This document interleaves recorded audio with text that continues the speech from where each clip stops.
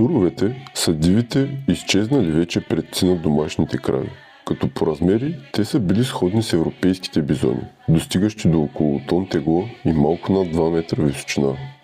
Любопитното е, че доскоро официално се считаше, че последният е бил убит в Полша през 1627 година.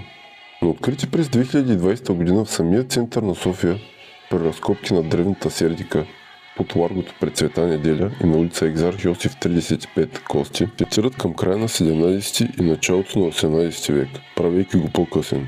Турът е засвидетелстван в множество скални рисунки графити, като само откритите по стените в Плиска и Преслав са 5.